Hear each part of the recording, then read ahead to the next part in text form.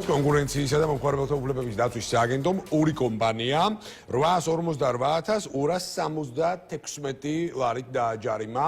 რომელ კომპანიებზეა საუბარი და რა კონკრეტული კომპონენტებით და პრეფერენციებით, ამაზე უკვე ბატონ სლავა ფეტელავასთან ერთად ვისაუბრებთ, რომელიც კონკურენციისა და მომხმარებელთა უფლებების დაცვის ეკონომიკური კონკურენციის დეპარტამენტის ხელმძღვანელი გახლავთ. მოგესალმებით, ბატონო სლავა, ძალიან დიდი მადლობა თქვენი დროისთვის. მადლობთ მოწვევისთვის. ბატონო სლავა, ორი კომპანია, რომელიც დაჯარიმდა კონკრეტული მოცულობის თანხით. საბოლოო ჯამში რომელი კომპანიებია ესენი და შემდეგ უკვე განვავრცოთ ის კონკრეტული პრეფერენციები, რომლითაც მოხდა გამოვლენა და მე უკვე დაჯარიმება. კეთილი, მადლობთ კიდევ ერთხელ მოწვევისათვის. დიდი მადლობა. პირველად ვარ თქვენ სტუდიაში და მოსამართლებს ძალიან სასიამოვნოა თქვენთან ყოფნა. მოკლედ, რაც შეეხება უშუალოდ კონკურენციის სააგენტოს მიერ განხორციელებულ ქმედებას, ესე იგი შესრულებულ სამუშაოს, რომლის შედეგადაც მოხდა ეკონომიკური აგენტების, კონკრეტული ეკონომიკური აგენტების დასანქცირება. ესენი არიან რუსთავის ავტობაზრობა, შეზღუდული პასუხისმგებლობა რუსთავის ავტობაზრობა და შეზღუდული პასუხისმგებლობა მიკადო ჯორჯია.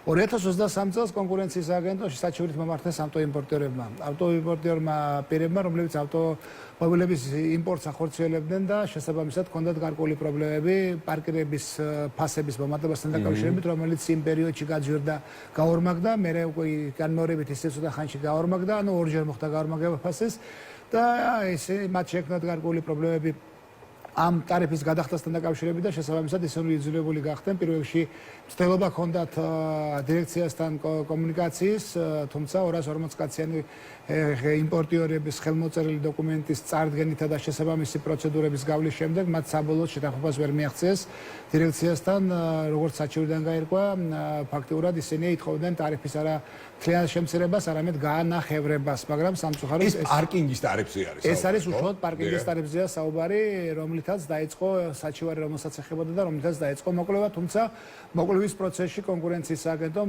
6 თვიანი პერიოდის გავლის შემდეგ უკვე 2024 წელს ჩვენ მოკვლევა დავიწყოთ 2023 წლის, ესე იგი 29 სექტემბერში შემოვიდა საჩივარი, 23 წლის 14 ნოემბრიდან დავიწყეთ მოკვლევა და უკვე 24 წლის 19 აპრილს კონკურენციის სააგენტომ მიიღო გადაწყვეტილება იმ მის ხელთ არსებული ინფორმაციების საფუძველზე გაუჩნდა მას გონურული ეჭვი, რომ მოკვლევის პროცესში ჩართულიყო მიკადო ჯორჯიაც. ანუ მიკადო ჯორჯიაზე საჩივარი არ იყო, უბრალოდ მიკადო ჯორჯია, როგორც ასეთი კონკურენციის სააგენტომ მის ხელთ არსებული ინფორმაციის საფუძველზე დაამატა მოკვლევის პროცესს. ამავე საქმეში უბრალოდ აქ არის ორი რამ, ერთი როდესაც საჩივარი ხებოდა პარკირების ნაწილს, ანუ ჩვენ ორ ბაზარს შევეხეთ, ერთი არის პარკირების ნაწილი და მეორე არის საბაჟო სატერმინალო მომსახურების ნაწილი. პროდუქციული საზღვრები ერთ შემთხვევაში განსაზღვრულია რუსთავის ავტობაზრობის ნაწილში, ავტომანქანების პარკირებით მომსახურების გაწევის ნაწილში, ხოლო მეორე შემთხვევაში საბაჟო სატერმინალო მომსახურების ნაწილში. და შესაბამისად ეს ორი კომპანია ურთიერთდაკავშირებული კომპანიები არიან, მათ ისინი აკმაყოფილებენ ერთიანი ეკონომიკური აგენტის დოქტრინას და შესაბამისად სწორედ ამ კითხვები რომ გაჩნდა კონკურენციის სააგენტოს, იმ კითხვებიდან გამომდინარე, მათ ჩათვლილი იქნა სააგენტოს მხრიდან, კონკურენციის და მომხმარებლის დაცვის სააგენტოს მხრიდან ჩათვლილი იქნა, რომ საჭირო იყო მათი ერთობლივად განხილვა და ამ განხილვის პროცესში მართლა შედეგიდან გამომდინარე სწორი იყო ის გადაწყვეტილება, რომ ფაქტიურად მოხდა ჩართვა მიკადო ჯორჯიას. კი ბატონო, ბატონო სლავა, მე მაინტერესებს რა, ორივე მიმართულება, ერთი არის პარკინგების ნაწილი, ანუ ავტომობილების განთავსების ნაწილი, უფრო ზუსტად რო ვთქვათ, ეს ერთი და მეორე არის ამ შემთხვევაში საბაჟო პროცედურები. საბაჟო სატერმინალო მომსახურების ნაწილი. აი ხა მე მაინტერესებს ორივე ამ მიმართულებით. ხო აი, როგორ წარიმართა მოკვლევა და როგორ დადგინდა ამ შემთხვევაში როგორც მომსახურების, ასევე სატარიფო კომპონენტების რელევანტურობა. იმიტომ რომ ერთია მომართვიანობა, რომელიც ავტოიმპორტიორებმა ამ შემთხვევაში თქვენი მისამართით გააკეთეს, ეს ერთი ნაწილი და ცხადია არსებობს კონკრეტული სარჩელი, თხოვნა და მოწოდებაც, რომ მოხდეს საქმის შესწავლა და მეორე ნაწილში არის არსებული სურათი, ხო? როცა კომპანია კონკრეტული ტარიფით ან კონკრეტული სერვისით ოპერირებს. მაშინ და ჩვენ გვაინტერესებს, როგორ მოხდა რელევანტურობის და მიზანშედეგობრიობის შესწავლა. მოკლედ, რაც შეეხება საპარკინგო მომსახურების ნაწილს, აქ მოხდა ტარიფების 5, ესე იგი მოხდა ტარიფების ორჯერ გაზრდა. იყო 5 ლარი, გახდა 10 და 15 ლარი. რაც შეეხება საბაჟო სატერმინალო მომსახურებას, საკმაო იყო გაიზარდა ტარიფები ჯერ 5 ლარი გახდა, მერე გახდა 10 ლარი და ბოლოს 15 ლარი. კონკურენციის და მომხმარების დაცვის სააგენტომ ამ ტარიფებთან მიმართებაში ესე იგი მოახდინა შესწავლა, ესე იგი გაწეული ხარჯების ფაქტს დავაზუსტებ თქვენი ნებართვით. საბაჟო სატერმინალო მომსახურების ნაწილში ამ შემთხვევაში კერძო ოპერატორი ახორციელებს ამ მიმართულებას და ფინანსთა სამინისტროსთან არის თუ არა ის ანგარიშვალდება. არა, ტარიფები ამ შემთხვევაში თავისუფალია და ფაქტურად ფინანსთა სამინისტროს აქვს ბერკეტი რომ მონიტორინგი განახორციელოს. ერთადერთი ნებართვა აქვს მას აღებული და ის ნებართვა გააჩნია საბაჟო სატერმინალო მომსახურების და იმის იქით დანარჩენი არის თავისუფალი ამ შემთხვევაში ფას თვითონ ადგენს და რა ფასადაც უნდა იმ ფასად მოემსახურება შესაბამის სუბიექტებს. უბრალოდ აქ არის ისე იგი ჩვენ ფაქტურად დავაკვირდით საბოლოო ფასსა და მის მიერ დადგენილ ტარიფს შორის იგი გაწეული ხარჯების რელევანტურობას, იგი ხარჯი პლუს მარჟა და საბოლოო დადგენილ ფასს შორის სხვაობა იყო თუ არა ჭარბი. ესე იგი ჩვენ ფაქტურად აქ გამოვიყენეთ ერთ შემთხვევაში და მეორე შემთხვევაში საპარკინგში და სატერმინალშიც ევროპაში აპრობირებული მეთოდები, ეს არის ორ ტესტიანი მეთოდი, ტესტიანი მეთოდი, რომელიც პირველი ეტაპზე ხდება ხარჯი პლუს მარჟას, ესე იგი საბოლოო ფასსა და ხარჯი პლუს მარჟას შორის სხვაობა არის თუ არა ჭარბი ამის დადგენა. ჩვენ ესე იგი ეს შევისწავლეთ ერთ შემთხვევაში და მეორე შემთხვევაში და ნახეთ რომ ხარჯი პლუს მარჟა, ესე იგი არის ჭარბი მის საბოლოო ფასთან მიმართებაში, თუმცა როგორც ასეთი ხარჯი პლუს მარჟას და საბოლოო ფასს შორის სხვაობის სიჭარბე არ ნიშნავს თავისთავად დარღვევას. თუ რა თქმა უნდა, აქ არის გარკვეული გამამართლებელი საბუთე საშუალებები. ამიტომ ტესტი არის მეორე ეტაპი, ორ ეტაპიანია რო ვთქვით, ესე იგი პირველ ეტაპზე დგინდება სიჭარბე, ესე იგი არის თუ არა არის თუ არა ჭარბი ფასი და მერე უკვე ამის შემდეგ მეორე ეტაპი არის ორ ალტერნატივიანი. პირველი ალტერნატივა გულისხმობს იმას, რომ ეს ჭარბი ფასი არის თუ არა არასამართლიანი თავისთავად. ეს ერთი ალტერნატივა და მეორე ალტერნატივა არის თუ არა ეს ფასი არასამართლიანი კონკურენტი კომპანიების ფასებთან მიმართებაში. ჩვენ ეს ყველა ალტერნატივა ერთი ალტერნატივაც, მეორე ალტერნატივაც ვნახეთ, შევისწავლეთ და საბოლოო ჯამში დავინახეთ, რომ ესე იგი დადგენილი ტარიფი არასამართლიანად მაღალი იყო, როგორც საპარკინგო მომსახურების ბაზარზე, ასევე სატერმინალო მომსახურების ბაზარზე და ესე იგი ყველა იმ საერთაშორისო პრაქტიკაში აღიარებული და მოწინავე პრაქტიკაში ცნობილი მეთოდებთან მიმართებაში არის ესე იგი თანხმედრაში და ჩვენ ყველაფერი იმ პრაქტიკის გათვალისწინებით, რაც მოწინავე პრაქტიკა არსებობდა, მივიღეთ საბოლოო გადაწყვეტილება. იმიტომ რომ ეს იყო პრეცედენტული საქმე, ასე მსგავსი საქმე არასამართლიანად მაღალი ფასის გამოვლის კუთხით კონკურენციის და მომხმარების დაცვის სააგენტოს აქამდე გადაწყვეტილება არ მეუღია. პირველი გადაწყვეტილება იყო ეს ჩვენი. ძალიან კარგად ჩამოაყალიბეთ ეხლა და მადლობა კიდევ ერთხელ ამისთვის. თუმცა აი გადაცემის პირველ ბლოკში ჩვენ ვისაუბრეთ სასამართლო კომპონენტზე და მე ამ შემთხვევაში მინდა უკვე კითხოთ ლუფტის შესახებ. ეხლა ეს უკვე თქვენი პრეროგატივა არ არის, იმიტომ რომ ეს უკვე რეალურად ნება არის ადრესატის გაასაჩივრებს თუ არ გაასაჩივრებს ამ გადაწყვეტილებას. მაგრამ აი დღეს არსებული ლუფტი, ეხლა უკვე ამ კონკრეტულ кейსებს გავცდეთ, ამ ჭრილში არ იქნება ჩემი მხრიდან სწორი კითხვის დასმა. უბრალოდ მე მინდა აი ზოგადად კრებსითად კითხოთ, რომ აი როდესაც ხდება გამამტყუნებელი ამ შემთხვევაში განჩინების გამოტანა, ხო?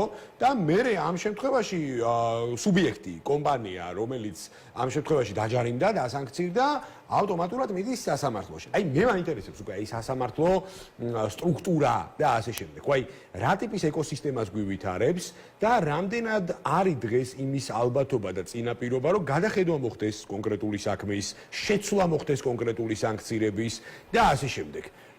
ჩვენ მოგეხსენებათ 2014 წლიდან ვახორციელებთ არაერთი რეზონანსული და არაერთი ცნობილი кейსის, ასე ვთქვათ. ათეულობით საქმე გვაქვს კონკურენციის სააგენტოს შესწავლილი, დასრულებული და ამ ათეულობით საქმის ფარგლებში გადაწყვეტილებები არის მიღებული.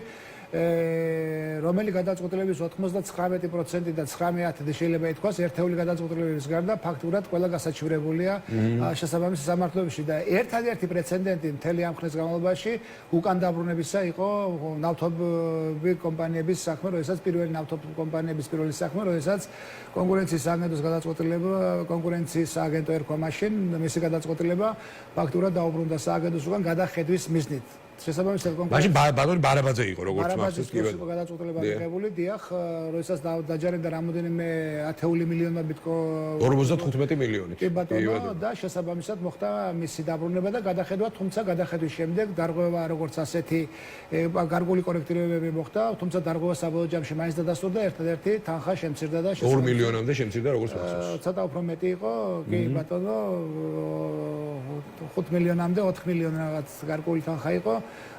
შესაბამისად ეს თანხა შემცირდა, მაგრამ როგორც ასეთი დარღვევა მოხდა გარკვეული საკითხები იყო არაპირდაპირი მტკიცებულებებით, იყო იქ არ იყო პირდაპირი მტკიცებულებები და სასამართლოს მხრიდან მოხდა კონკურენციის სააგენტოს ესე იგი ეთხოვა რომ გადაეხედა კიდევ ერთხელ და მიბრუნებოდა ამ საქმეს. სხვა საქმეები, რომელიც საქმეების დღემდე კონკურენციის სააგენტოში დასრულებულია, გადაწყვეტილება მიღებულია, ესე იგი და სასამართლო გადაწყვეტილება მიღებულია, არც ერთი საქმე უკან დაბრუნებული ჯერჯერობით არ არის. ანუ ყოველ შემთხვევაში პრაქტიკა და პრეცედენტი იმისი, რომ საქმე უკან დაბრუნდეს არსებობს, რა თქმა უნდა, ასეთ ის ყოფილა. თუმცა ფაქტი ერთია, რომ კონკურენციის სააგენტო როცა გადაწყვეტილებას ღებულობს, კონკურენციის და მოხმარებელთა უფლებების დაცვის სააგენტო დღეს უკვე ის გადაწყვეტილებებს როცა ღებულობს, ეს გადაწყვეტილებები ფაქტურად არის მერწმუნედ ძალიან ბევრი ფიქრისა და გადამოწმების შემდეგ იქ ფაქტურად ყველა ნიუანს, ყველა კომპონენტს ექცევა მაქსიმალური ყურადღება, რომ არავითარ შემთხვევაში არ შეიძლება მეწარმე სუბიექტს, ესე იგი, დავაბრალოთ რამე დარღვევა და მას დავაგისროთ ჯარიმა, იმიტომ რომ მეწარმისთვის თქვა ის რომ დომინანტურ მდგომარეობას პროტოტიპად იყენებს ან ის კარტულ გარიგებაში შეთანხმებულ ქმედებაშია შესული, ამის დაბრალება ბევრად უფრო მეტი ზიანის მომტანია სუბიექტისთვის, ბევრად უფრო მეტი ზიანის მომტანია ეკონომიკისთვის, ვიდრე თქვათ ის სანქცია და ასე შემდეგ. ამიტომ ჩვენ მაქსიმალურად ვცდილობთ ამას მაქსიმალური სიფრთხილით მივუდგეთ და თუ ბოლომდე დარწმუნებული არა ვართ, გადაწყვეტილება არ გამოგვაქვს ისე და სწორედ ამიტომაც არის ის 18-თვიანი ჩვენ ერთადერთი შემთხვევა გვაქვს ახლა, როცა 18 თვე დაგჭირდა ამ ბოლომოკლევის პროცესში გადაწყვეტილების მისაღებად, თუმცა ესეც არ იყო მარტო მხოლოდ იმის ბრალი, რომ სირთულე იყო ამაში, არამედ არ იყო სამწუხაროდ თანამშრომლობა კომპანიის მხრიდან, რომელმაც 6 თვიან პერიოდში ფაქტურად 24 წლის ივლისიდან 2025 წლის იანვრის ბოლომდე არის თანამშრომლა ინფორმაციის მოწოდების კუთხით, ამან გაართულა გარკვეულწილად გადაწყვეტილების მიღება. სხვა მხრივ ძალიან აქტიურად ვაგვირდებით თქვენ საქმიანობას და ყველა იმ სტანდარტის, ნორმატივის, ევრონორმატივის და დირექტივის დაცვით ხდება ოპერირების განხორციელება. მაქსიმალურად ვცდილობთ ჩვენ რომ ის პრაქტიკა, ის მოწინავე საერთაშორისო პრაქტიკა, რომელიც ევროპაშია, ევროკავშირის ქვეყნებშია, ბრიტანეთშია, ამერიკის შეერთებულ შტატებშია, განსაკუთრებით ჩვენ ევროპულ პრაქტიკას და რადგანაც ევროკავშირისგან გვაქვს ასოცირებისგან, ესე იგი მსვლელობა, ჩვენ ფაქტურად ვცდილობთ მაქსიმალურად ყველა იმ რეკომენდაციებისა და იმ პრაქტიკის გათვალისწინებას, რომელიც პრაქტიკაც დამკვიდრებულია და აპრობირებულია. კი ბატონო. და სწორედ ამ პრაქტიკის გათვალისწინებით ჩვენს გადაწყვეტილებაში არის რამოდენიმე საქმე, 7-8 საქმეა ჩვენს მიერ მიმოხილული, თვითონ ამ გადაწყვეტილებაში ჩადებული და იმ საქმეებიდან, რომელიც ევროპაში იქნა განხილული, ჩვენი საქმე 3-4 ესე იგი პრაქტიკას ზუსტად იმ პროცენტული მონომოცემულობებით, რომლის თქმაც არ მინდა ეთერში ახლა, იმ პროცენტული მონომოცემულობებით, რა პროცენტული ფასი სიჭარბე იყო, ესე იმის რა შემთხვევა, რაც იყო ხარჯი პლუს მარჟასა და საბოლოო ფასურის სხვაობა და სიჭარბე რა დოზითაც იყო იმ ქვეყნებში, როგორც კანონმდებლობის დარღვევა მიჩნეული, ჩვენ იმ სტანდარტებში ვჯდებით და იმ სტანდარტებში ვართ. ასე რომ ერთში კი არა, რამოდენიმე გადაწყვეტილებაში ევროპულში. ბაჰადურ სლავა, ძალიან დიდი მადლობა მინდა გადაგიხადოთ საინტერესო საუბრისთვის. ეხლა ჩვენ დიდი ხნის მეგობრობა გვაკავშირებს და მე ძალიან მიხარია ხოლმე ყოველთვის თქვენი მასპინძლობა და მე დიდი იმედი მაქვს, რომ ჩვენი გადაცემის სტუმარი ძალიან ხშირად იქნებით. დიდი მადლობა თქვენ მოწვევისათვის და კიდევ ერთხელ ესალმებით თქვენს მსმენელებს და წარმატებებს გისურვებთ შემდგომ. წარმატებები კონკურენციის სააგენტოს და კიდევ ერთ ძალიან საინტერესო სიახლე გელით ახლა.